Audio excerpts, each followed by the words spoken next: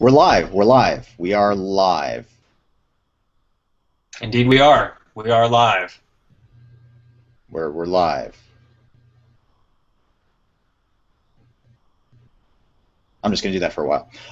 Okay, so good evening, Zero viewers. How are you guys doing tonight? Great. Welcome to Film Geek Primer Live, Episode 3. I am here, as always, with Aaron Dubgraf, and I'm checking to see if we can get... so Shu, of course, is out having a slow meal, and there's no euphemism there, if that is anything to you youngsters. What exactly would the euphemism "he's having a slow meal" be a euphemism for, do you think? I mean, I guess it would be sexual of some nature. You would have to think masturbation right away. Like, that would be the first thing you think. But oh, see, that's fascinating. I actually would have gone for oral. Because you'd be having a slow meal. Well, this just got really awkward, didn't it? No, that is, but that's very literal. If you were to say that, that's a slow meal. That's a good point. That's a good point. Okay, so now I'm going to text Tremendo and see if he is available to hop on. And he has an iPad, so it'll be an exciting test to see if A, we can hear him. We'll be running through all of our tests. See if he wears a mask.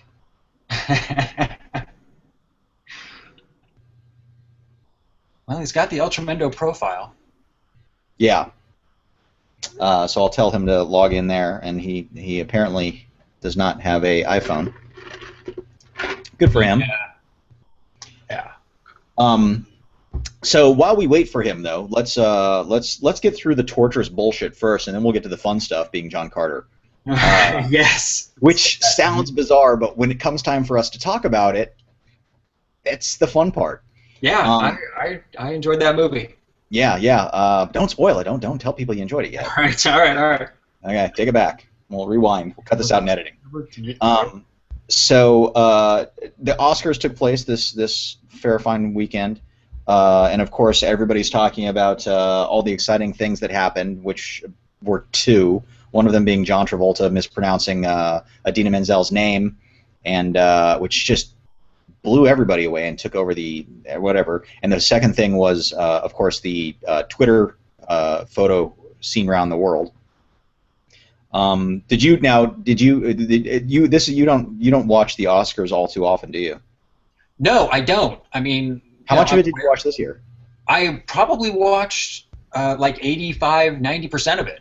So I watched most of it. Wow. Which is more than I had seen in a decade, maybe, right. in terms of a single Oscar telecast. And I thought it was just fine. I guess I don't get too worked up over it. It's like an industry award. You know, yeah.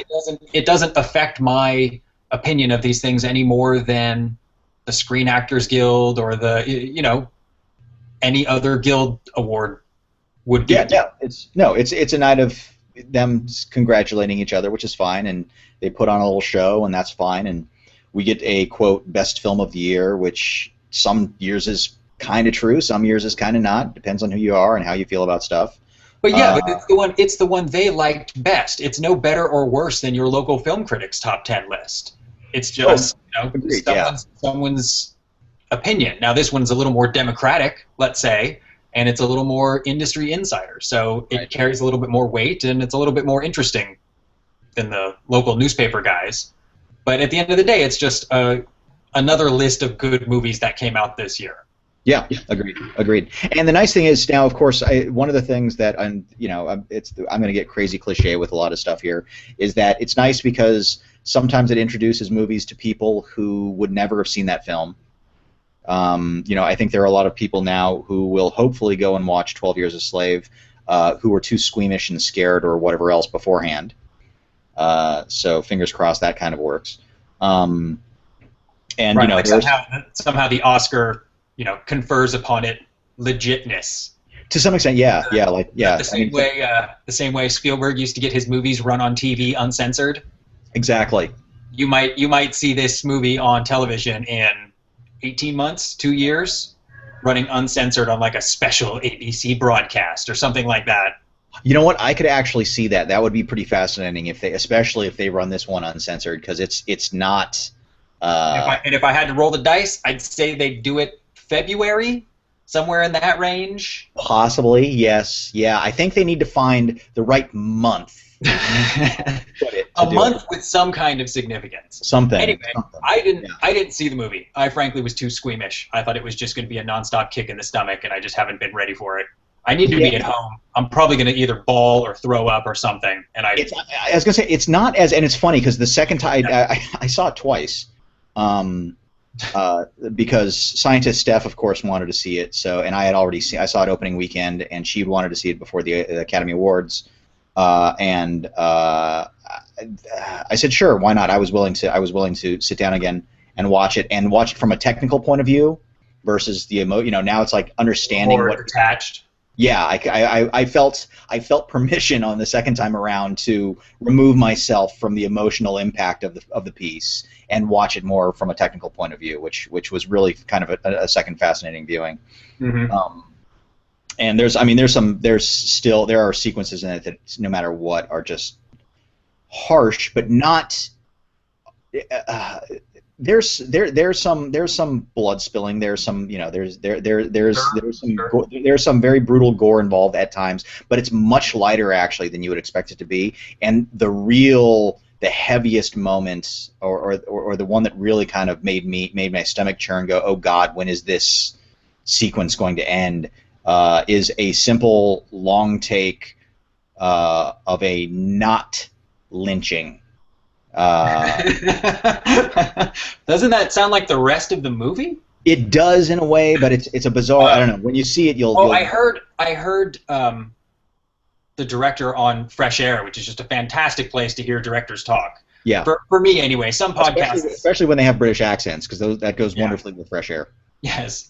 Some of those podcasts tend to ramble on, as we've discussed, but the Fresh Air ones are usually too short. And he was talking about how he didn't think his movie was violent, and he said we only have something like 4 or 5 acts of violence in the whole movie. Yeah. And he said he didn't want to use the violence unless it was going to have some sort of serious impact.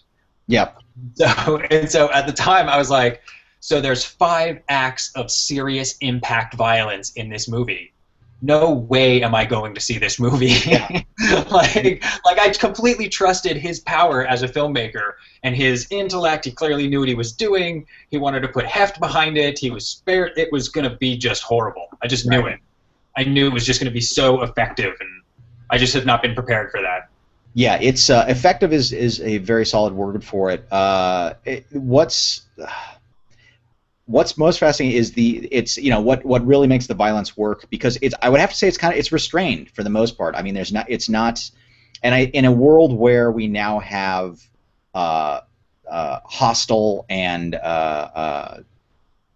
the torture porn genre now exists. Right. And movies like the Evil Dead remake are promoting the amount of gore and disgusting violence that takes place. The violence feels incredibly restrained, but at the same time, like you said, it's the emotional impact, it's the characters that these things are being done to, it's the scenarios and situations, which, spoiler, slavery, is it's shit gets real, and it's incredibly heavy. Well, it's funny because I trust this movie to be authentic, and the few authentic glimpses that I have gotten into slavery are more horrific than the human mind can possibly comprehend. Like there are these incredibly unbelievable stories, and I trust that he would bring those to life with the verisimilitude to give them their emotional heft. Again, another argument in my mind for not seeing this movie until I'm ready to see it. You have to be in the right mood for it. What that mood is. Well, I've sat through some pretty horrible movies, so the mood comes to me from time to time. I appreciate it more. So did you see Lupita Nyong'o's speech? Best Supporting Actress. Yes, I did. Yeah. I believe I saw them all. yeah, as far as of any of the speeches of the most heartfelt, and I think of she did something that I think Steve McQueen couldn't do when winning Best Picture, which also included him jumping around like a maniac on stage, which seemed awkward to me in a weird way. I mean, I understand the joy The dude's an artist. He has to express. Right. Okay. Fair enough. But I feel like Ms. Nyong'o though expressed her joy for winning the Oscar, how much it meant to her, but as well as how much it meant to the story. You know, how much this award means for the story of the character that she's playing. It was a really heartfelt, very genuine, just a beautiful speech, I thought, and actually was probably the best of that form of speech of the night. I mean, you know, McConaughey had his I'm way the fuck out there in Ya Ya Land. it was one of the most narcissistic things I've ever heard someone say. It was pretty hilarious. Weird, right? I am my own hero. In 10 years. In 10 years, constantly. So I have been my own hero for decades of my life. More of my life, I have been my own hero than anything else. But he was the hero of his past. Oh, you know something? Viewers might appreciate this portion of the episode. I just got a text because I like to play a little game called "What Are They Watching Upstairs?" Oh yeah. Oh okay. Oh what are they? Oh wait. Now my upstairs neighbor has a great sound system, and it's in no way a complaint. It's never a problem. But the fun part is, can you figure out what she's watching just based on the low frequency noises? Right, the bass. Yeah. Through the ceiling, and we've gotten it before. I think we got Ghostbusters once. That was a pretty obvious one. This is scientist Steph. This is scientist Steph. So this is the character that will come up again and again. Of Pompeii. She's not watching Pompeii. Oh, I have a guess. Without hearing, I do have a guess. What was your guess? Okay, so my guess was, again, this is solely based on the low frequency sounds that are coming through. Yeah. Which is why Ghostbusters was an easy one, because when you hear right. You know, it's pretty clear. My guess was Tron. I was hearing what I thought were light cycle sounds. Okay. I will never know what the actual sounds were, but the correct answer was... Can I tell you? Yes. Thor: The Dark World. You are exactly right, sir. Yeah. Oh. Yeah. I only know that because she has been pestering me for weeks about it coming out on Blu-ray, and I missed it by a week. Own it, or is she just Netflixing it? No. She bought it. She bought it this Friday. She bought it at Costco this past weekend. And I thought it came out last week, so she was really excited when we went to Costco, and then gave me her little harumph face when I was off by a week. I'm so excited to see that movie. I just texted her if I could borrow it. Yeah, it's fun. While she's watching it. Yeah. That's what I just did. She's in the middle of watching it. I just realized, and I texted her. I'll be back in 2 hours. I borrow that movie you're watching right now. So Oscar wrap up. Nothing unpredictable. Everything was a lot of good movies were recognized for their work. I thought I didn't see a lot, so I can't say much. But just the technical achievements I saw in Gravity warranted most of those awards, if not all of them. Yeah, great score. I mean, it's like it deserved everything that it won. Yeah, and I thought Cuarón did great, but like I said, I didn't see enough of the others to really give it to me. Yeah, her deserved the screenplay.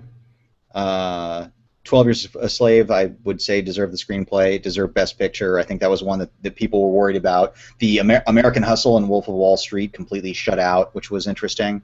Yeah. Now, the technical awards going to Gravity and the song going to Frozen, which, as time goes on, I enjoy that movie more and more in my memory. It's just getting better and better the more I think about it. And that song keeps getting better and better. I would have to agree. And so thinking about that and thinking that it won Best Song, it's one of those situations where that song is why they have that award.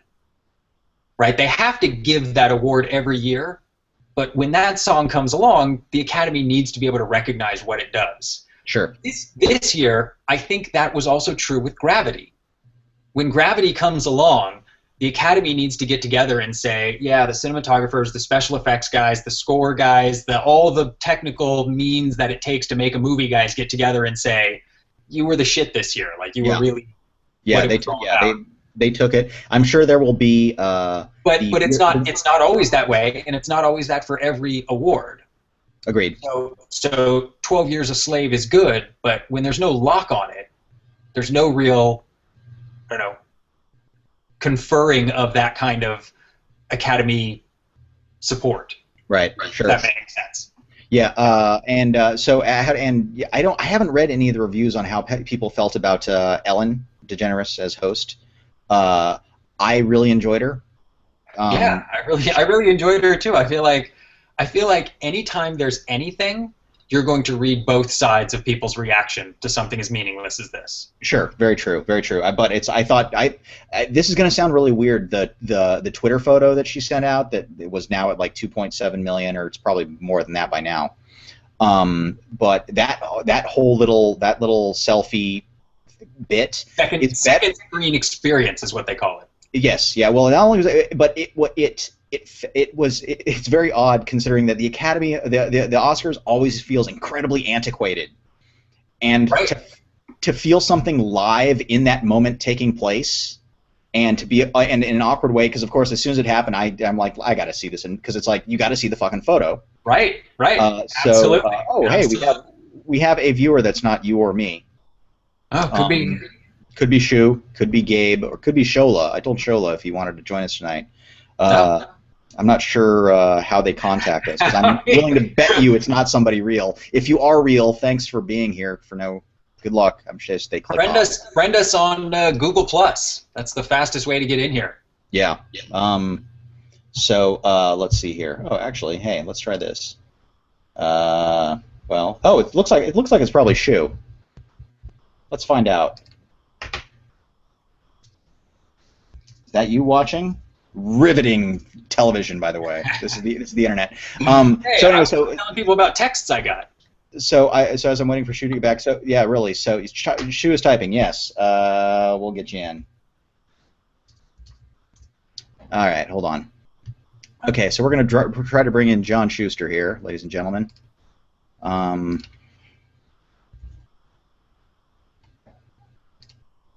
Now this is going to be the exciting thing, is that we're going to find out if he's confused. This is not shocking. Oh my God! Oh, he's not that confused. Maybe he's a little more confused than we thought. I don't know. He'll figure it out. I wonder if maybe he's just in viewing mode. Is there something? Oh, there we go. There we go. You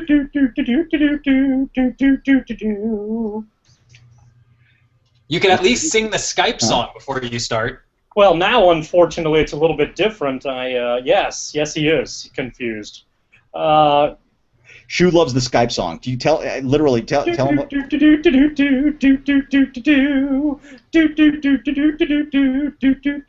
All right, what do I do? What am I supposed to try to do? Hi. Hi, how's it going? You're doing fine. Volume is up. Can you hear anything? Yeah. Yeah. Are we all talking in real time here? Yeah. That is about 10-second delay. Oh, okay. That's good stuff. That's the distance from Tucson to Los Angeles, apparently. All right, so really quick, while we're back to... Wait a minute, we still have one viewer. Are you still watching us on YouTube? Shu? Say that again. We're on about a 10-second delay here. Yeah, got it. Do you still have your YouTube open? Do I have my what open? YouTube. I will let you talk. Okay, YouTube. Where do I go on? I apologize for the technical stupidity here. No, I did the same thing. I did the same thing. Where do I go as far as YouTube is concerned? Well, you were watching us on YouTube, yeah, right? and actually it's kind of weird. It sounds like we're in some loop here.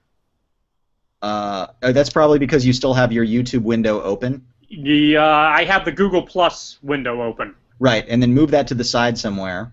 Okay. And you'll probably see you'll still have your YouTube window open, because that's your. All right. I don't know what I just did or what I just disconnected. Godzilla, can you help me out here? Oh, precious Godzilla cannot help you now. Yeah, that's too bad. I really wish it could, because you'll notice Godzilla is annoyed. It might be hard to pick up, but Godzilla's partying for Fat Tuesday. Nice. He wants to go, Right. yeah. Oh, yeah. so I've got a question, and only you can probably answer it. I will try. Yes, or Godzilla will try. What is Godzilla giving up for Lent? Blue Oyster Cult songs, of course. I guess if you call that living. Oh, that's living. City's on fire with rock and roll, Aaron Graff. City's on fire with rock and roll. Okay, so is this working, or am I still in a big ass loop here? Sweet. You caught up? That's fantastic. It seems that I did. I got out of Google Hangout or something. Can you hear me okay? Yeah, well, you're still in Google Hangout. You probably closed the YouTube window. Are you still in a feedback loop? No, you sound fine. Okay, great.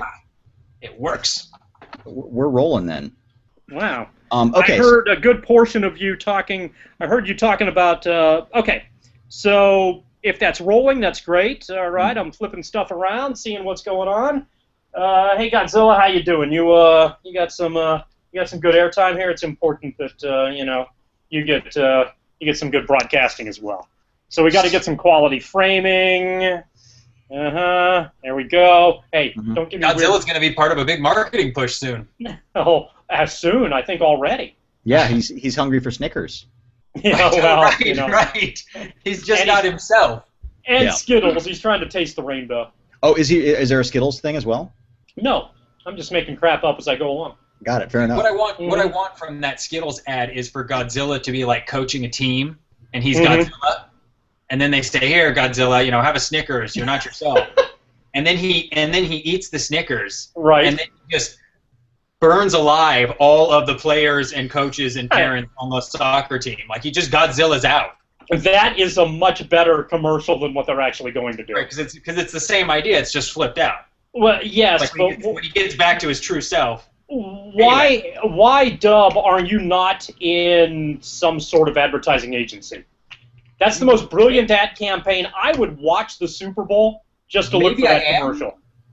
It's entirely possible I'm in an advertising agency. Fantastic. He doesn't know where he's working right now. Oh, well, okay. It's kind of a gray area. Yeah, I see. Well, you're trying to do some quality advertising here for Film Geek Primer. And for Godzilla. And for Godzilla, and apparently Snickers and Skittles on the side, so you're covering a lot of bases here. Well, Snickers and Skittles can go fuck themselves, but Godzilla and Film Geek Primer I'm here for. Thank goodness. So I'm fascinated because we still have a viewer, and I don't know if Shu actually closed YouTube or not. Maybe I didn't. Okay. Is that a problem? It's not a problem. It just, it makes me think that maybe there is somebody out there, maybe there isn't. It's always tough to tell. All right, let me check. Hold on, let me check. Oh, sorry. Yeah. Sorry, you're all about framing. Okay, I have YouTube open, but I'm not watching you on YouTube. Really? Yeah, I just have the front page of YouTube open. That's all I have. So we may now, have I can get out mystery viewer. Hi, mystery viewer. How's it going? I am a doof. Okay, now I'm going to go back to Google Hangout so I can see stuff, and here I am, and that's great. If this is Shola or Tremendo, text me so I know it's you watching. If not, Shu's still got something open. All right, so here's what we're going to do, Shu. First, could be an actual viewer. Is it that unlikely that someone randomly stumbled across a Google Hangout that was live? It's possible. It's set up for you to stumble across these. Oh, okay. So should we actually have a discussion, or should we teach Shu how to make a lower third? You do whatever the heck you want. Yeah, we'll have a discussion. All right, fair enough. Because I heard you talking about the Oscars earlier. I heard about 4 or 5 minutes of your Oscar. I can't. I didn't see a second of it, and I kind of like it that way. I'm a film geek who didn't see a darn second of the Oscars, and I like it that way because I hate award shows. You do despise award shows. I despise them. I think they're self-congratulatory crap, and sometimes I feel like I'm not part of the inside joke, and I don't give a crap. Quit smiling, Santo. I see you smiling.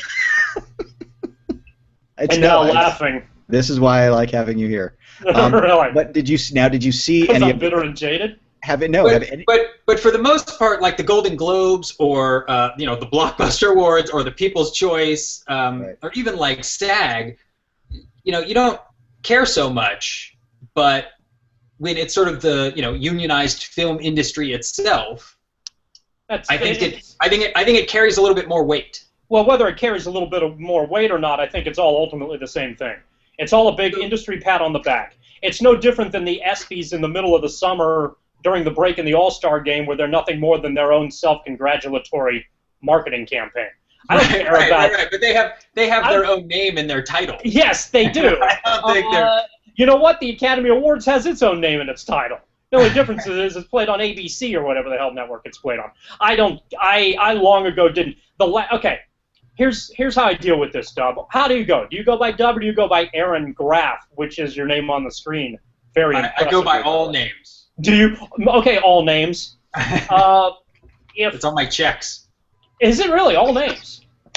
Wow. Every check is made out to cash. That's it. But what checks are made out to Tango? Which, by the way, was the last time he watched the Oscars. Oh, but okay. Tango and Cash won Best Picture.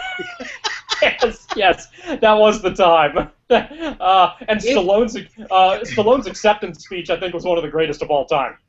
The Tango and Cash. If any award show anywhere gave Tango and Cash some sort of lifetime achievement award, yes, I would watch that show, and I would probably watch it the following year too. Fantastic. They should just repeat that one, I think. You know I something? think that would be a fantastic idea. Screw it. Cancel the award show. Just show Tango and Cash on TV again. That would be, I think. Why has it been so long? I think it would be good alternate programming. Right. It'd be excellent alternate programming. You could have 3 film geeks breaking down Tango and Cash while Tango and Cash was on. While every other movie loser was paying too much attention watching the self-congratulatory pat on the back, selfie-loving Oscars that gets 43 million people sucked in, we could be talking about Tango and Cash, and it would be a much better product. Much more in-depth and full of understanding. See, and I have to fundamentally disagree with the premise of your statement. That anybody talking over Tango and Cash can somehow improve it. Well, you make a good premise. Well, okay. Well, this is the reason I think you make a good point, and I'm willing to listen. I'm willing to listen to this idea since it's in its fledgling stages right now. But what I would suggest is that this Tango and Cash. This is the reason that we can utilize the lower third. So that sometimes we can just type about the greatness of Tango and Cash while Tango and Cash is playing as alternate programming against the Oscars, which is just self-congratulatory BS. I don't care if it's Billy Crystal. I don't care if it's David Letterman saying, Oprah. This is about the last time I watched the Oscars, by the way. I don't care if it's Ellen DeGeneres. Oh, look, I'm Ellen DeGeneres. Snap. Oh, there's Brad Pitt. Oh, there's Jennifer Lawrence. Snap. Oh, there's Bradley Cooper. Hee hee hee hee. Let's all look. Yeah, I'm going to drink Diet Pepsi now. I looked right away. That was a sponsored segment, by the way, from Diet Pepsi, for those who didn't catch. Yes. Slide that right the fuck in there without anybody noticing. Tonight, by the way, Diet Pepsi, the choice of shoe. So I'm glad that you guys enjoyed the Oscars and got a kick out of it and thought that the things that were supposed to win. I was, I think, too busy with the stomach flu or something like that. And honestly, I think I may have gotten the better end of the deal. This is the shoe theater of hate that I was really hoping would come through. So thank you, sir. No problem. Well, this is the perfect addition to do it. It is. Yeah. So okay, so enough of that garbage. Let's move on to other things. I do want to. So one of the things I'm 35 minutes into it. And wait, actually, really quick, Shu, did you ever see John Carter? Yes, I did. That's not real quick.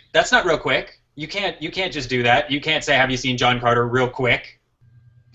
Are we going to talk about it now, or do we have other things to talk about? I was going to bring up Last Action Hero after the Tango and Cash thing popped up, because that just went streaming on Netflix, and I hadn't seen it since the theater, so I watched the first 30 minutes of it. Oh, I would watch that again. That movie is just horrible. First of all, that movie's no Tango and Cash. No, I get that you were trying to be funny. But just for the record, Tango and Cash. To give you a general example here, I don't see in the lower third right now somebody typing Last Action Hero forever. Nobody would. Right. That person, there's 7 billion people on the planet. Nobody would type that in their lower third. Nobody would type that. So, My point made. so last Certainly not with one viewer. Now the zeros goes to zero. You know, in this instance, one viewer represents 7 billion. Right. He's That's the everyman, or and the worst woman. part is we know that viewer is probably Shu who didn't close the proper window. That's probably the case. I like to multitask like that. I trust him. He's also tweeting this. Yes, of course he is, with his cell phone. Inside joke. Actually, do you still have a cell phone, or is that Do I what? Didn't you have didn't somebody give you a prepaid cell phone? Yes, somebody was nice enough to give it, and it got stolen with our good friend Mike Gonzalez's VW Jetta. So I haven't had a cell phone for a couple years now. Okay. As opposed to all the other times when I haven't had a cell phone. Right, which was for the 2 years before, any time before that 2 years. Correct, which is about 30 years before that. That's correct. Yeah. Let me finish. So it's Last Action Hero streaming on Netflix now. If you haven't seen it in forever and you hate it, watch it again to remember why you hate it. And I believe that reason is one thing incredibly specific, which is all it is doing is reminding you 24/7 that it's a movie, that it's all a movie, that you're in a movie, that you're this. It's like every joke, everything is about, but we're in a movie. Whereas some things they do, there's a car chase that takes place, and as he's driving by, he's barely kind of not even hitting these cars that he's driving by, and they explode. Right. But there's no comment about it. That's one of those moments where it's like that's the cute riff on action films. Like cars won't hit anything and they'll blow up. They'll Sure. Bullshit's taking place all over the map. Right. And I forgot that it was written by Shane Black. Yeah. Oh yeah. Was this one of the Shane Black movies that was written on a notebook piece of paper that had weird notes to it and scribbles and the rest of it? Or is that just all Shane Black movies? That I don't know. It's You possible. only have like 3 of those. No. This was one of them. That's good. Shane Black reference was brought to you by Diet Pepsi, by the way. The story was by Zach Penn and some other guy, and then Shane Black and some other guy wrote the screenplay. So I don't know how any of that worked out. Anyways, I will end up watching the rest of it. It's in chunks as I have McDonald's. Of course you will. Because you're a film geek. Of course you will. So John Carter. You were talking about John Carter. So John Carter. So every so often, Dub and I get the opportunity to actually go see a movie or sit down and watch a movie, and we were supposed to watch. Far too rare. It is actually. It's kind of a shame. It's like every 4 months maybe. By the way, out of curiosity, is my sound okay? I hear you fine. Okay. Dub, you hear me okay? I think everyone looks and sounds great, frankly. Okay, cool. Not too loud. I'm not talking too loud or anything like that. It's picking up all right. What did I just say? No, you're good. Okay, cool. All right. So anyway, so we were supposed to. We've been planning this for like a week ago because you have to arrange things now for us to hang out. I hear that's L.A. in general. Yeah. A little bit, yeah. It's me in the specific. Yeah. So we were going to watch the 1981 Michael Crichton classic Looker, starring Albert Finney and Susan Day. Susan Day. Is it really Susan Day? Yeah. Yes, Partridge it is Family really fame? Susan Day. Yeah. Oh, that is fantastic. Yeah. Back when she was like coked up young model. So her entire career. No, you'll see. It's a different Susan Day. Oh, Before it got to. What do you mean? She was cleaned up by L.A. Law. It was filmed in those 3 weeks before it got to her. Okay, so Looker, which has nothing to do with scanners. No, unrelated. Okay.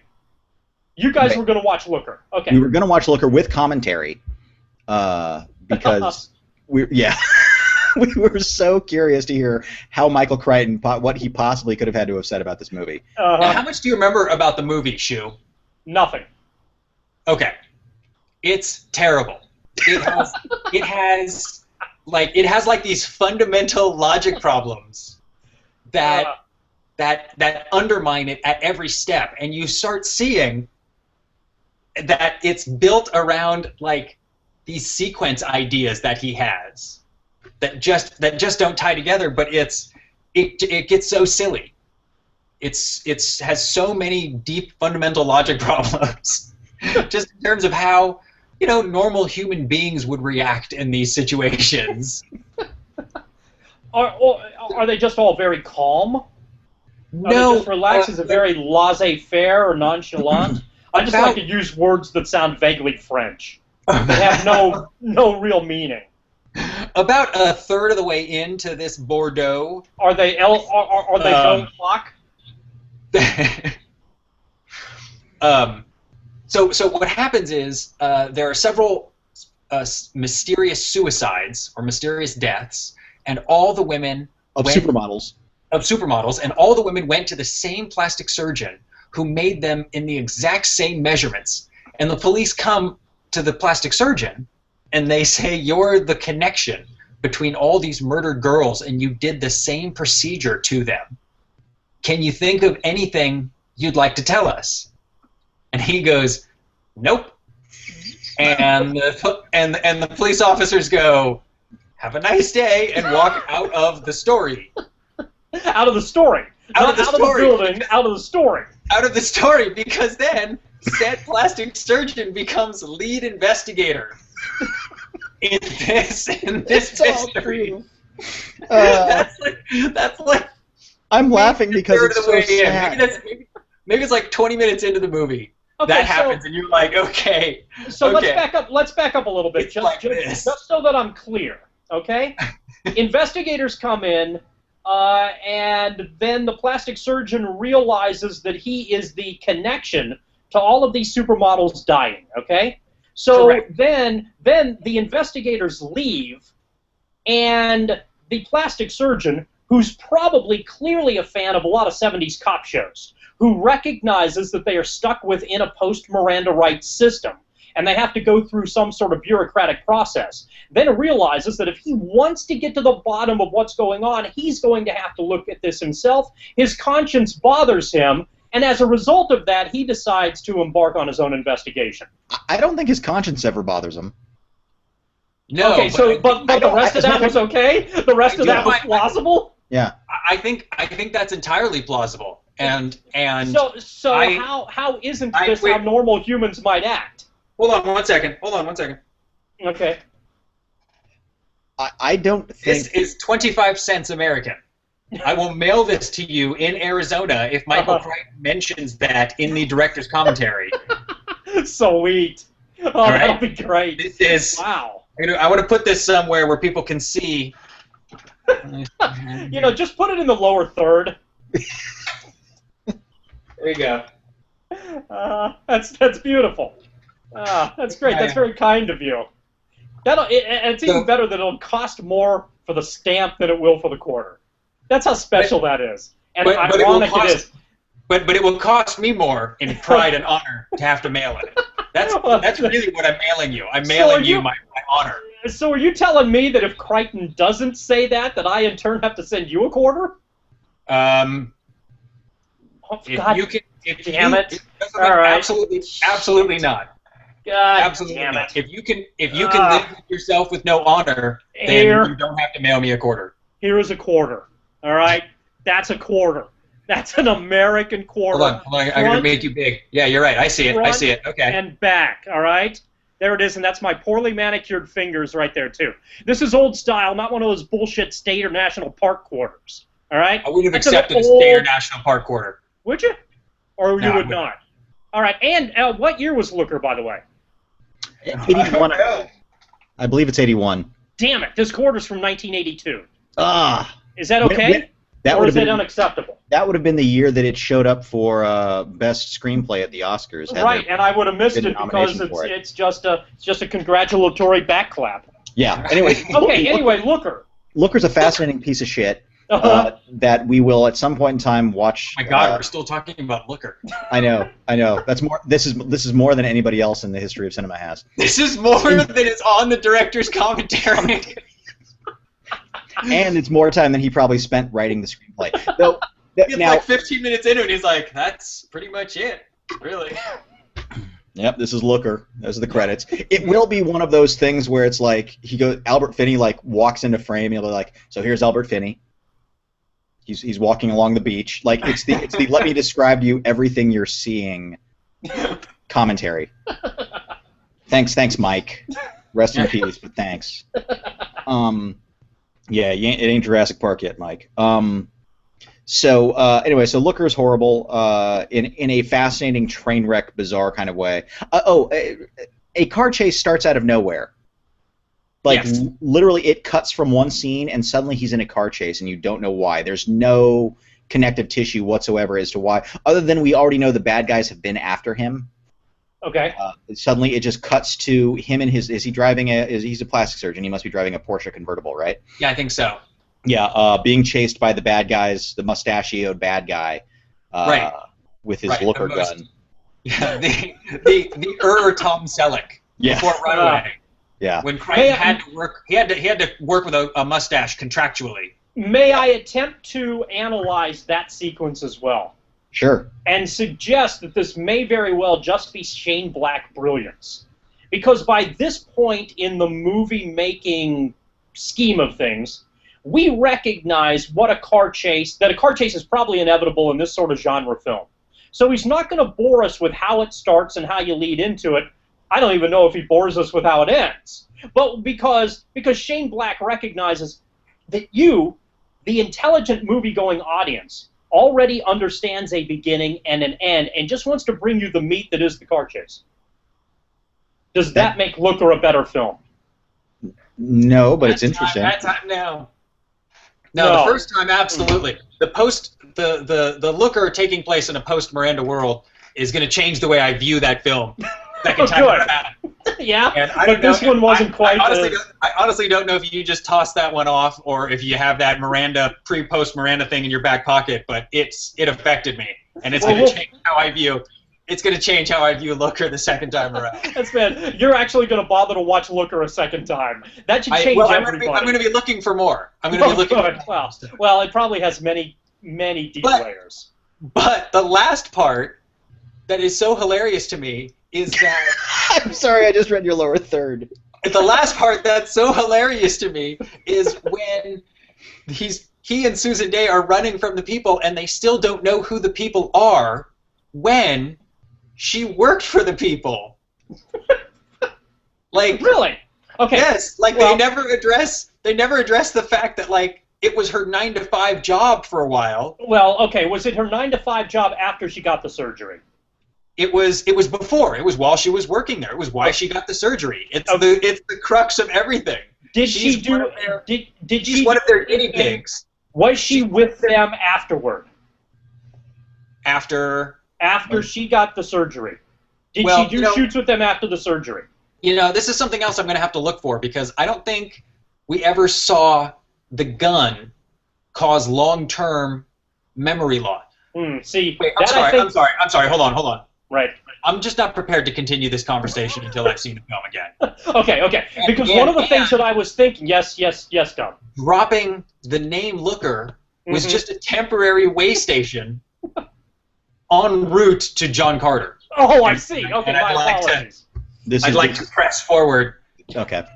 This is the truth. So Looker will be another night. We'll actually have to get Shu to watch it. I think it's better if I don't.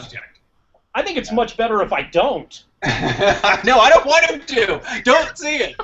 Don't see it. This has been so much more effective. Yeah, I think it's much better if I just don't watch these movies. You guys talk about the movies and then I chime in with bullshit academia. I'm almost and psychobabble. I'm almost afraid to ask, have you seen Prometheus? Oh, yes, I have. Oh, shoot, because I was going to bring that movie to you, and hopefully maybe you could turn it around for me. You know what? It's not like I have long-term memory. I haven't seen it since it came out. So I would be more than happy to try to psychoanalyze that one as well, without remembering a whole hell of a lot about it. We've got something to look forward to next week. Yes, in the midst of this John Carter. Yes, all right. Oh, in a segment I'm really going to enjoy calling bullshit theory. Yes. Question that's pretty mark. Good. Yes, that's pretty question mark. Bullshit theory? Yes, that could be very good. That could be something. I was about to say very good, and then you know what that would have made me feel like? I was giving myself an award and patting myself on the back, just like it was the fucking Oscars. And so I think Shu's going to feel very upset when the podcasties come around. Well, And yes. You know what's going to... Well, what's going to be much Real Geek Primies start getting handed out. What's going to happen much worse in the short term is that I'm going to throw out my back because I keep patting it all the time just for effect. All right. Anyway, John Santo, John Carter. So we couldn't. By the way, do you go by John Santo? Oh, it's just Santo there. Oh, but there is an at John Santo. So okay, I can call you John Santo. All right. You can call me either or. Yeah. I can call you either or. Yeah, you can call me either or. Right. Looker didn't work out. Right. So we ended up watching, and it literally, I think we started watching, like we put it on, we started playing it just to, we were going to watch maybe a couple minutes before finding something real to watch. Right. But it started out red, which immediately caught my attention. Yes. So we ended up watching all of John But not like Carter. Red or Red 2. No. Never caught anybody's attention. Well, I like the ads. Okay, fair enough. I'm sorry, John Santo. Go ahead. Okay. I will not interrupt. All right. Hold on here one second. Okay, so we, somebody replied to my, Wind Rises, perfect description, incredible, okay. Somebody responded to my tweet of The Wind Rises. I thought they might have been the person watching us and tweeted me saying, yes, I'm the asshole watching you. Why are you guys torturing us? But you are obsessed with our viewer. Yeah. Oh. This would be the royal. I'm obsessed with, because one. I love that one. I wonder who that person is. One. You know something? I'm going to open 2 other browsers and start watching. No, that's too many. That's where I stopped caring.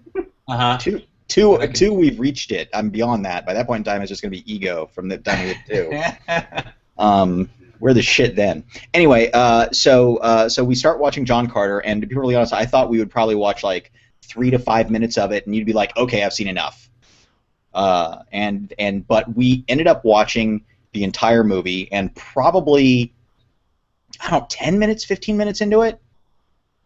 Yeah, I think it was. Well, what sold me, the way it held my interest, was if we had stayed in that crazy space land that the movie opens in, I would have turned it off eventually.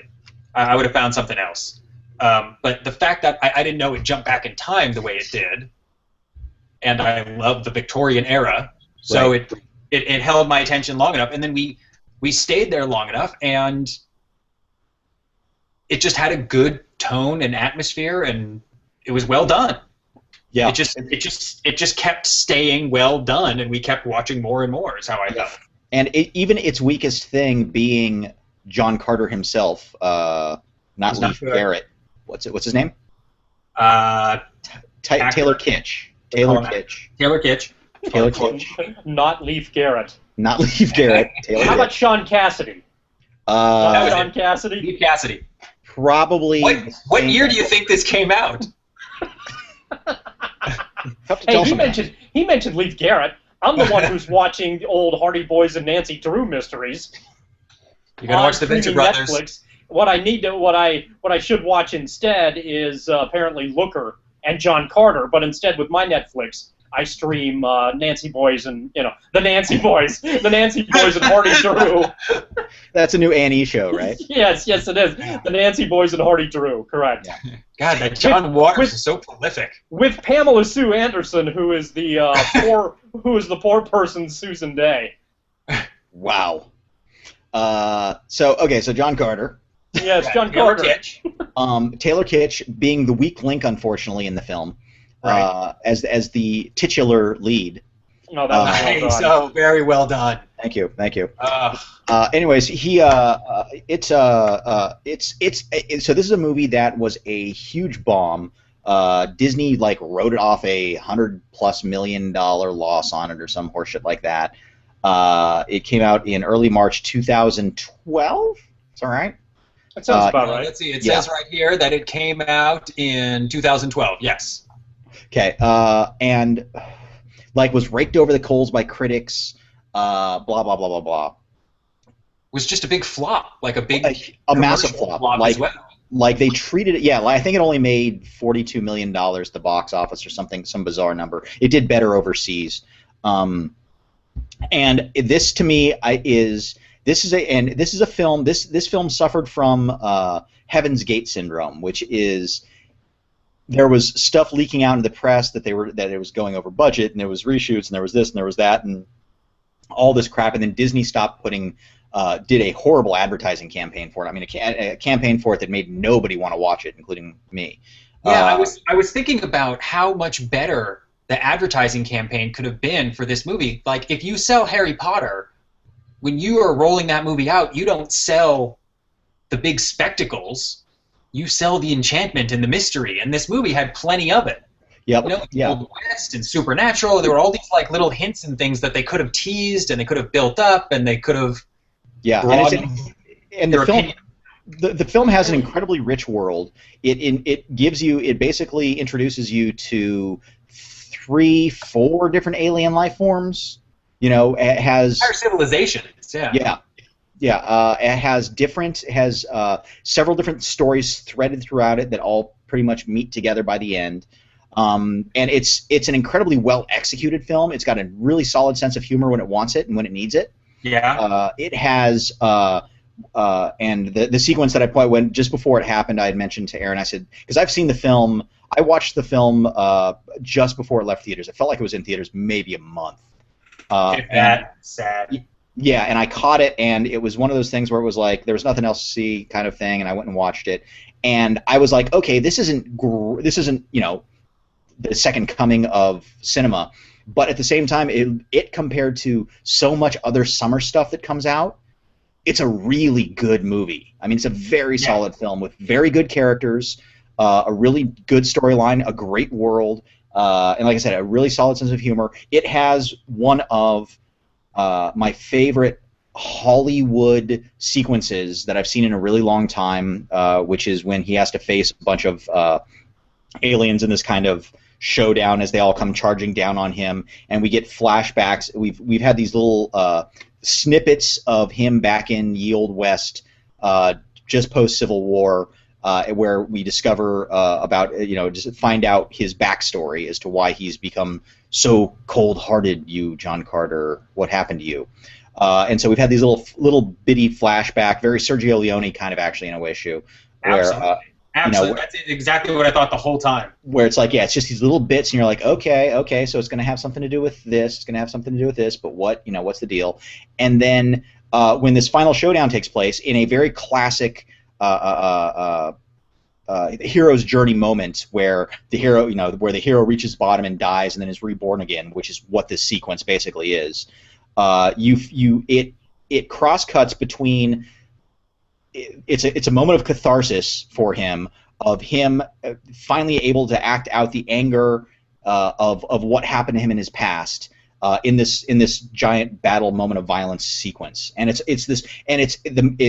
no dialogue. I mean, it is by definition pure cinema. There's no dialogue. It is driven only by music. The transitional shots back and forth that take you from the past back into the moment that he's in tie together, so you understand exactly every time he swings the sword what he's feeling.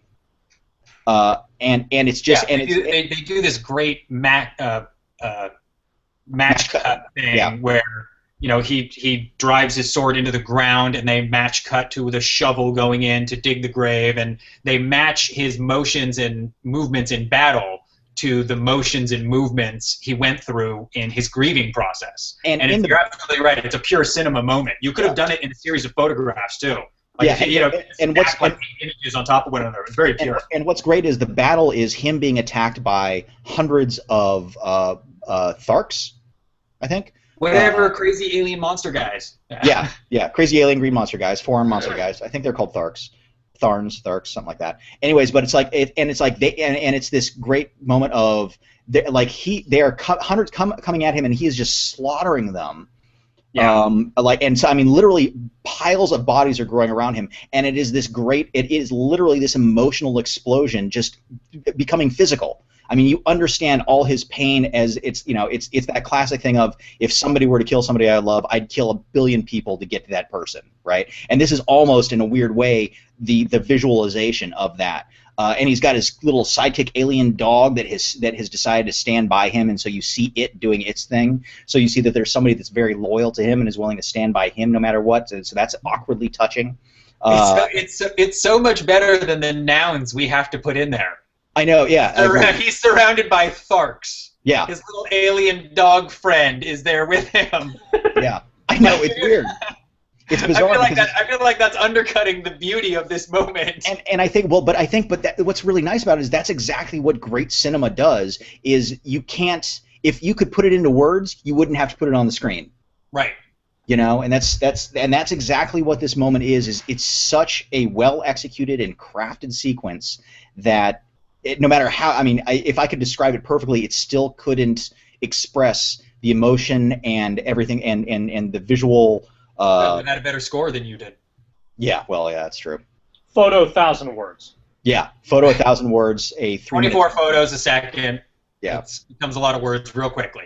Yeah. So, anyways, but that's a fabulous sequence, and I think Aaron was mentioning that he felt it was a little bloated. The film by the end was a little bloated. It wasn't just the film, and I think what probably hurt it a lot was I think the production design. It was like too airy and open and computer generated. It was too much like Phantom Menace stuff. And while when you got intimate with stuff, it was nice. The costumes were kind of fun, and I thought they did great on the CG creatures. I feel like I didn't have to believe them as long as they were consistent.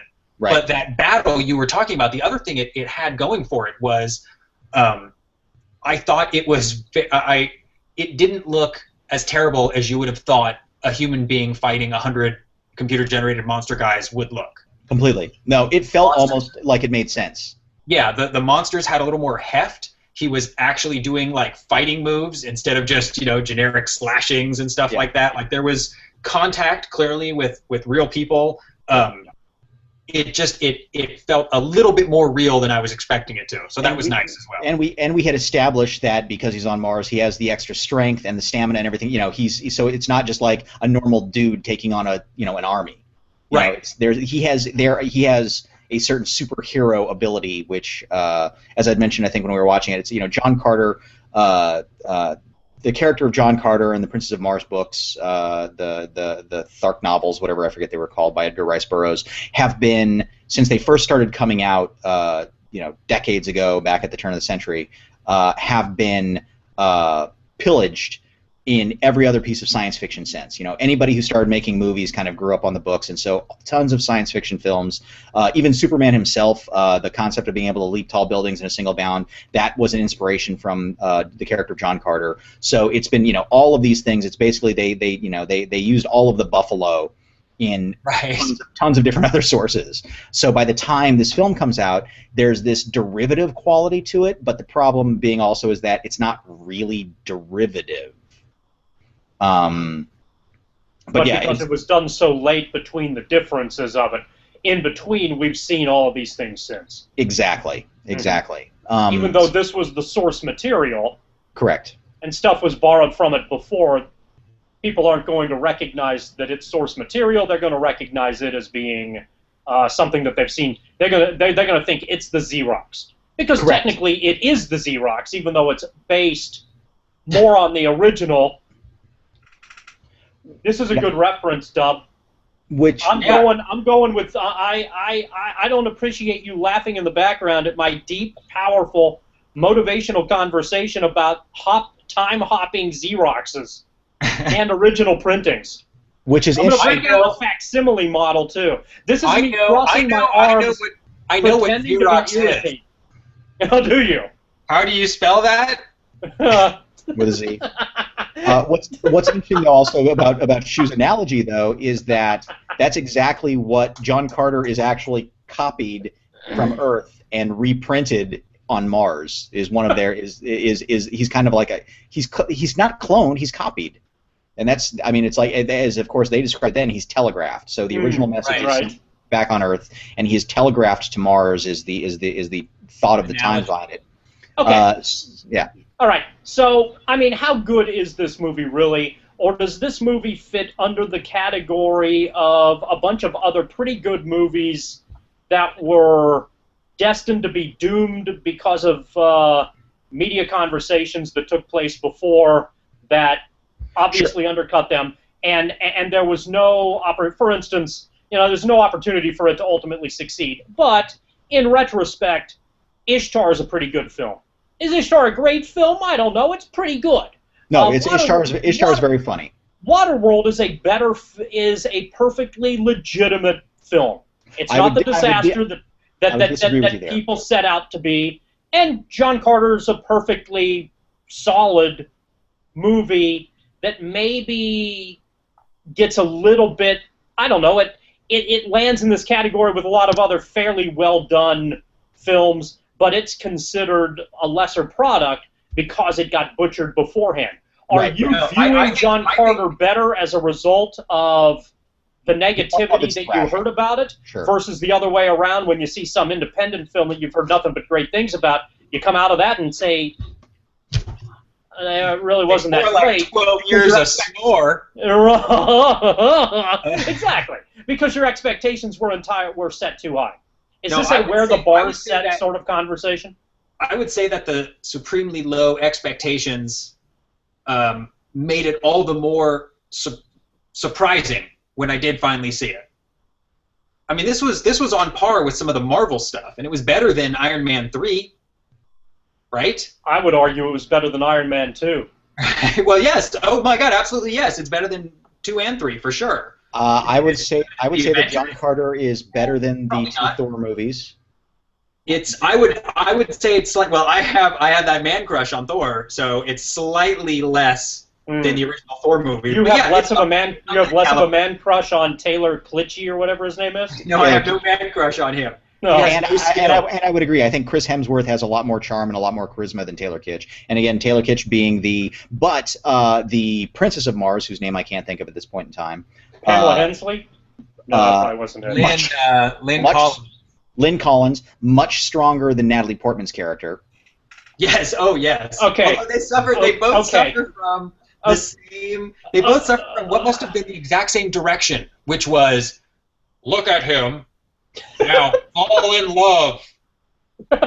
Perfect. like that's it's such you know it from like old black and white movie conventions. Yeah. You get a shot of the girl with the glassy eyes, like going, like the moment she sees the hero. Yeah. It's too bad I don't know how to use the lower third, because I would have right there. I would have put up a silent movie. Movie frame right there. This is what I would have to say though about John Carter, is that her character, though yes, there's the glassy-eyed falling in love with him kind of thing, there are other motivations behind her wanting to be with him. Right, absolutely. She has, and that's to me what made her glassy-eyed look. Yeah. So bizarre, so unnecessary. It was completely superfluous. They could have totally had her legitimately Han and Leia fall for this guy. She just wanted to use him. He's just a tool. But oh look, he does the right thing, and now I've learned my lesson. I mean, you were going in that direction anyway. Why have it? Why push the relationship faster than it needed to be pushed? Dub, cholera has a capital C.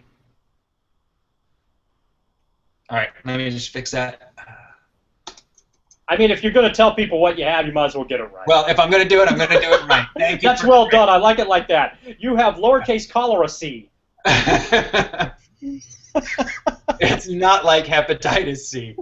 It's much, much worse. Okay, so now let's go back to Shu's question really quick about the John Carter thing.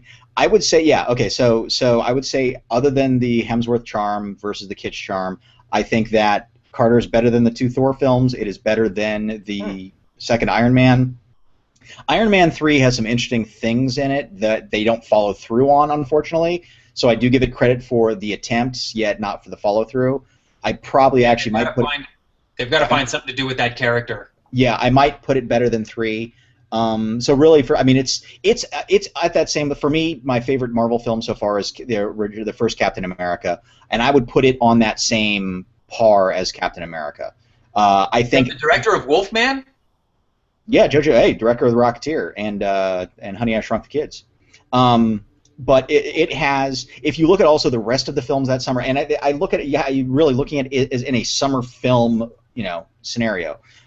It is better than most of almost probably it was the best, one of the best summer films that came out that year because everything sucked that year. Prometheus was the big one, but it was it had Battleship came out that year. God, I'm trying to think of the other crap that came out that summer. But I'm impressed that you remember. Men in Black 3. Yeah.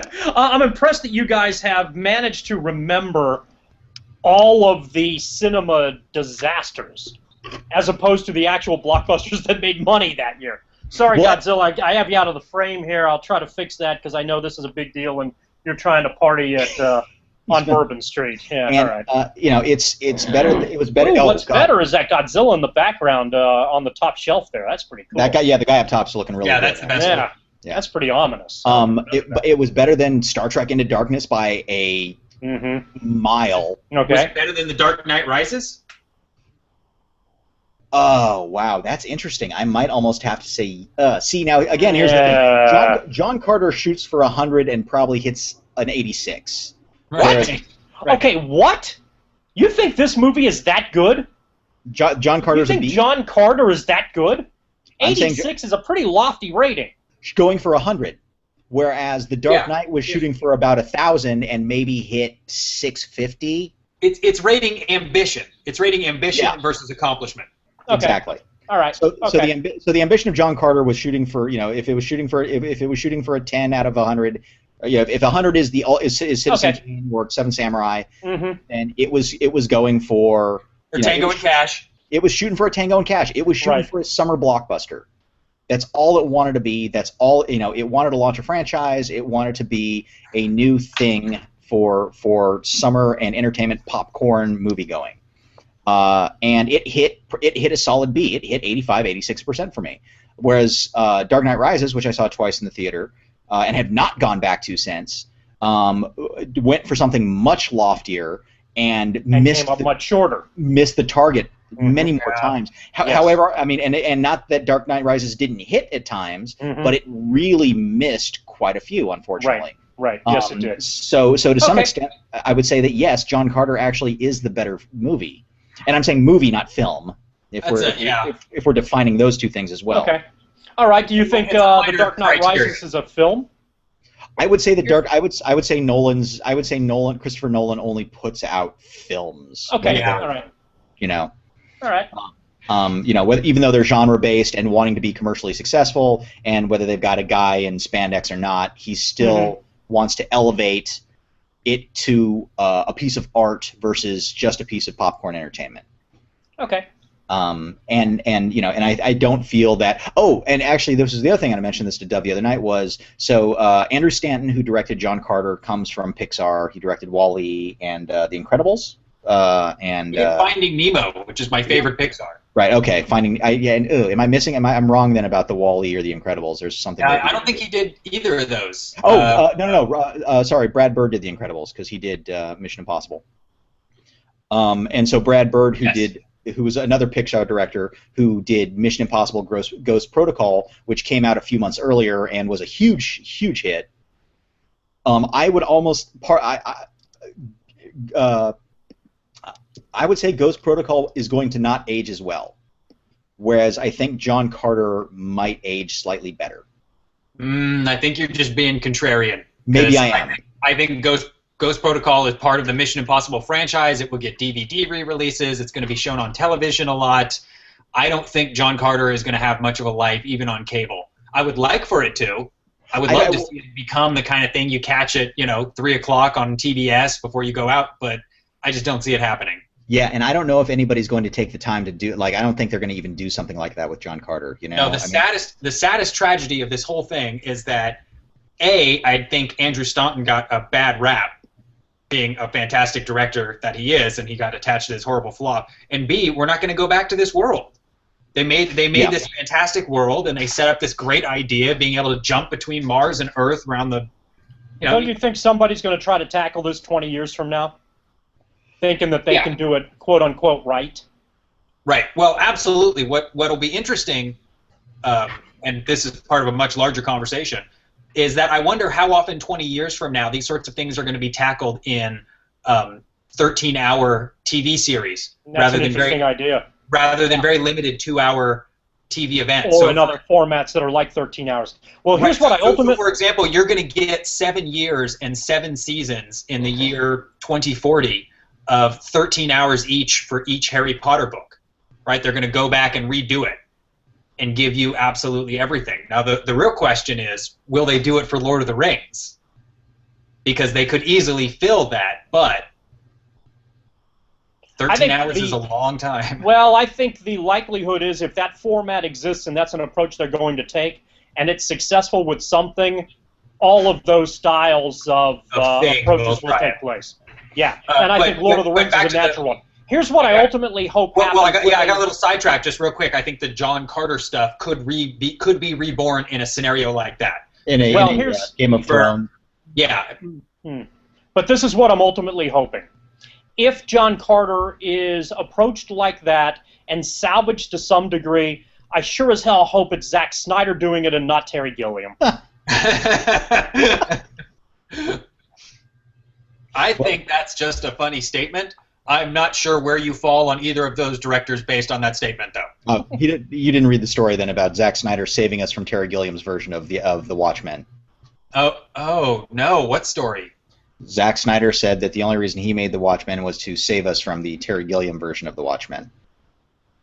I need to get in touch with Zack Snyder and tell him how badly I would have loved to have seen a Terry Gilliam version of the Watchmen. Yeah, well, the deal being was that there was Sam Hamm, who had written the original Batman, Tim Burton Batman back in the day. Yeah. Had written a script for the Watchmen, and it's a horrible script. It was a horrible script that altered a lot of stuff. It didn't understand what the Watchmen was at all, versus Zack Snyder's that only misunderstood some of what the Watchmen was.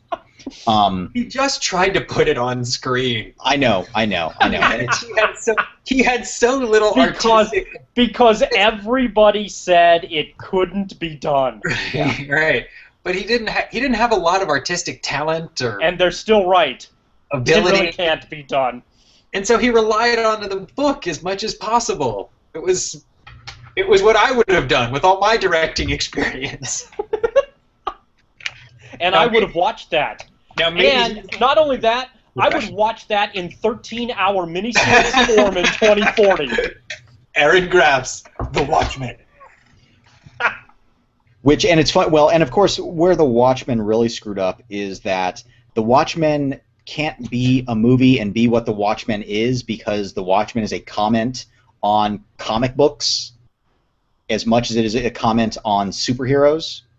And so then taking that and transferring it to film, it's like in 20 years from now, if this whole comic book craze is still continuing and we have years and years and stacks of superhero comic book movies, a movie will be made that is a Watchmen-type commentary on all of that, on the history of the cinematic superhero film.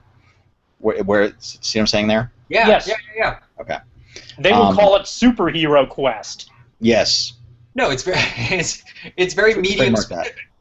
Yeah, it's a very medium specific piece of work. It's like I wouldn't go see a movie called, oh God, I'm going to show that I don't know any names of any Picasso paintings. But like I wouldn't go see a movie called Rainbow's Starry Night. Like that's not what that was meant to be. That's my favorite Picasso. I see.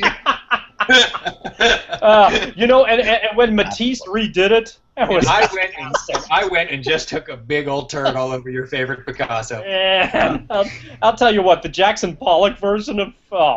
Yeah, that's what I just made. Yeah, Starry Splut. That was a good one. So how do I do lower thirds? Okay, so over on let's wrap it up and then we'll. Okay. Right. Yeah. Okay. Good point. Yes. Oh wow, we've been going. Okay. So this was our weird, brief conversation about other random stuff. Next week, what we're going to actually try to do, if Shu's going to be available, hopefully. Which I will not. Okay. Well then, never mind. Really? Because I've got friends from Utah visiting next week, so if the Vals it's on Tuesday night, I will. Yeah, the Vals are coming to town, so I will not be available. Perhaps Godzilla can do a special stand-in, but I'm not sure he's going to say a whole hell of a lot. He's still going to be drunk from Mardi Gras. Of course, All right. yeah, he's gonna be sleeping that off. Pre-record a video for us. So And we'll really, play it. I'll tell you what. Before we go out, Shu, have you watched both of the new? Have you seen the newest Godzilla trailer that just came out? Yes, I have. Really quick, give us your encapsulated review. How do you feel about it? It looks all right. I think they're going. Whether this turns out to be good or not, obviously remains to be seen. But I think they've done a nice job with the trailers. I think they're going to treat the subject matter with some reverence, a lot of reverence. I think they care. I think most of the people who attack a lot of these franchises, a lot of the folks involved really do have sort of a reverence to what it's about. And I think this is, and I think this is no exception. Well, what about the Roland Emmerich thing? I think there's a, well, I said now. I hadn't gotten to Emmerich. Emmerich's 15 years ago at a time where I think a lot of that's different. Tim Burton's reverence for Batman, I think, is a little bit different than the newer generation of people who grew up on comic books and felt that older movies really did kind of a much more hokey approach to it.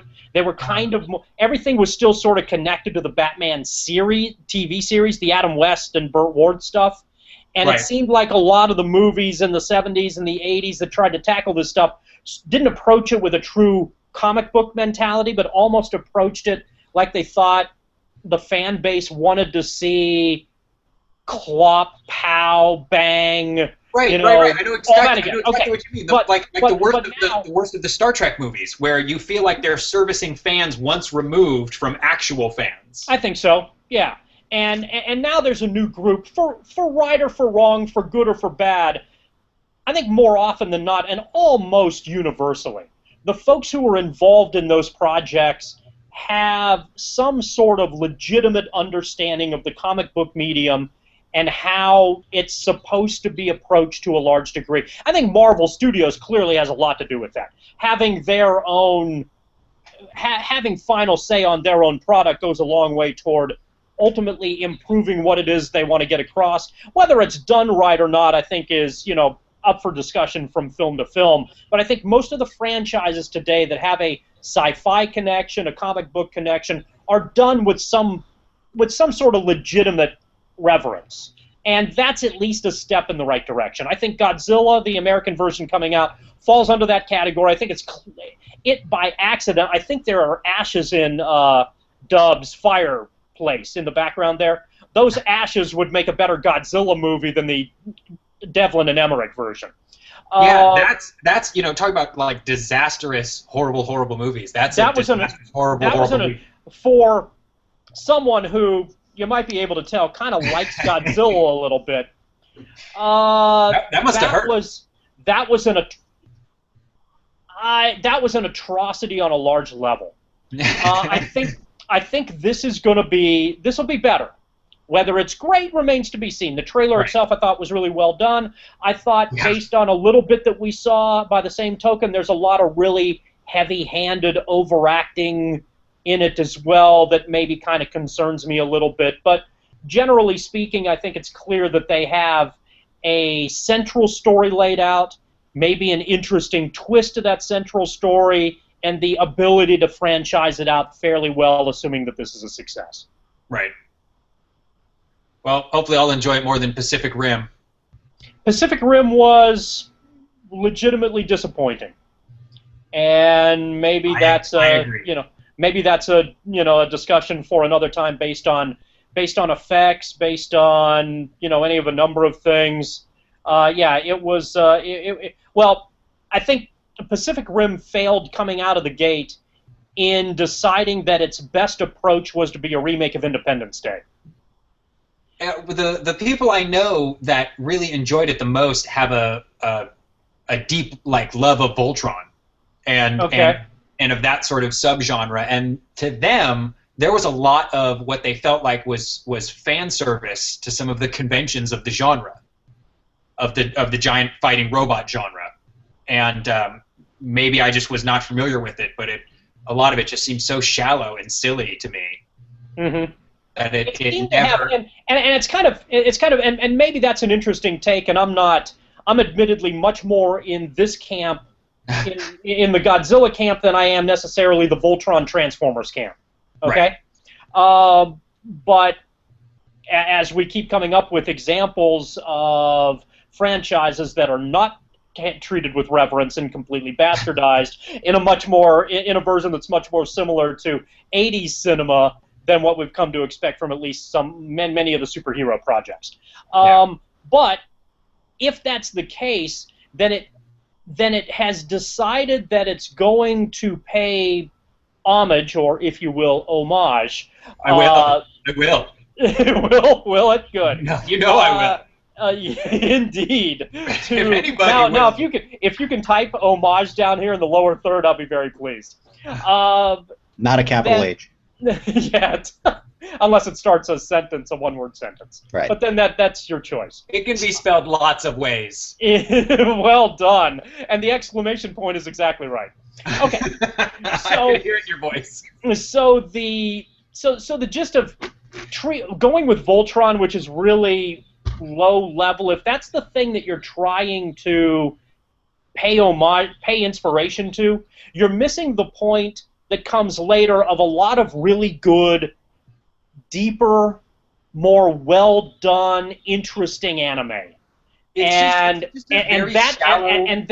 that anime aspect of it could have been utilized in a movie like Pacific Rim, along with the obvious Godzilla involvement, and maybe as a result you do something a little better than you ultimately did. And I don't know how much anime you've watched. I'm not the world's biggest anime fan, but I've seen a fair amount over time, and a lot of it is pretty damn good. And so that's the big mystery for me. He's a good director. It's a great visual piece, and it seemed like he could have drawn on much better source material. Interestingly enough, yes, he could have. And interestingly enough, I think it is only a partially good visual piece. I think the effects, the constant desire to fall back and use every effect, every battle scene in the rain, undercuts the entire... And at night. And at night, yes. Completely undercuts a point in our effects advancement. This is something you'd expect 10 and 15 years ago because you didn't have the technological ability to do it. Now the reality is that you do. So every battle scene looked the same, and you knew that they were trying, and it felt to me like they were trying to hide something. The stuff inside that's exactly how I felt. The stuff inside the warehouse I thought looked pretty good generally. But the stuff outside and the battle scenes themselves really didn't do justice to the whole thing and made it far more redundant than it needed to be. And the reality is they borrowed the script from Independence Day. And that's just a terrible movie. First, it's a terrible film. And secondly, and I know there's this entire younger group of people, and Del Toro isn't part of this group, but he almost paid some sort of mental money to what he thought was a 15 to 24-year-old demographic, whatever the movie demographic was, and he thought, those kids for whatever reason grew up and liked Independence Day, even though Independence Day's 20 years old, but it's not a very good movie. And as you were going through the process with the script that was there in front of you, there are a lot of things that you could have done better that you ultimately didn't when you decided that this was the thing that you were going to go to film with. One of the things that I thought was... He knows better. He knows better. He's proven time and again he knows better than that. One of the things that I thought was interesting is that they later called in the gentleman who wrote Luther, and who is going on to be involved in NBC's Blackbeard project, which I don't know whether that has come to fruition or is still in a holding pattern. I'm not sure what the process of that is. It's supposed to come out in the summer, the last I saw, but that was months ago when I saw that. Anyway, this guy came in to write, and you can tell the scenes that he specifically ghost wrote. They were the scenes for Elba. Because every scene he goes in with some sort of Braveheart-type speech that clearly doesn't fit in to anything else, the way that the tone of the movie feels, the way that the dialogue in the movie feels, the way that characters interact with each other. So he was called in to write specific lines for a specific guy, and even though they're better, it almost takes you out of the entire experience because it's so out of place. Yeah, the whole movie was nothing but gear shifts that I couldn't keep up with. But Yeah. it's getting late. Taylor Kitsch, better than Charlie Hunnam. And that's it for tonight, folks. That's we true. will see you next week with another episode of Film Geek Primer Live. Sorry, what? Nothing. Okay. Woohoo! Party Godzilla! Woohoo! Fat Tuesday! Woohoo! Yeah! Woohoo! All right, folks. We'll see you next week. Adios.